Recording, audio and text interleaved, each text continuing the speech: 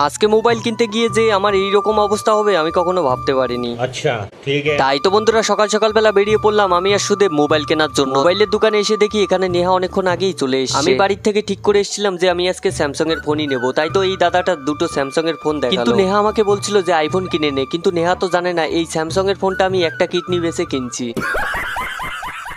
ফোনটা আমাদের ডেলিভারি হতে দেরি হবে, এর জন্য চলে আসলাম একটা জুতোর দোকানে। অনেকগুলো জুতো দেখার পর তো এই ক্যাম্পাসের জুতোটা আমার খুব পছন্দ হয়ে গেল, কালারটাও যা লাগছিল নেহারও খুব পছন্দ হলো, তাই তো এইটাকেই নিয়ে নিলাম। জুতো কেনাকাটা কমপ্লিট করে তো আবারও চলে আসলাম ফোনের দোকানে। তো অলরেডি এখানে আমাদের ফোন চলে এসছে, ডেলিভারি হয়ে গিয়েছে, কৃষ্ণনগর থেকে ফোনটা চলে এসছে। আর তোমাদের তো বলাই হলো না, এই ফোনটার দাম নিয়েছে 44,000 টাকা। তো ফাইনালি বন্ধুরা ফোনটা আনবক্সিং করেই নিলাম, কিন্তু এখানে কালারটা দেখতে পাচ্ছেন অসাধারণ লাগছে। এরপরে এই দাদারা কেক নিয়ে এসছে, এখন কেক কাটা হবে। ফোন কেনার পর কেক কাটা একটা আলাদাই মজা, তাই তো কেকটা কেটে নেহাকে ফার্স্টে খাইয়ে দিলাম, এরপরে নিজে খেলাম। তো বন্ধুরা আজকের জন্য বাই বাই, এর পরের থেকে ভালো কোয়ালিটির ভিডিও আসবে।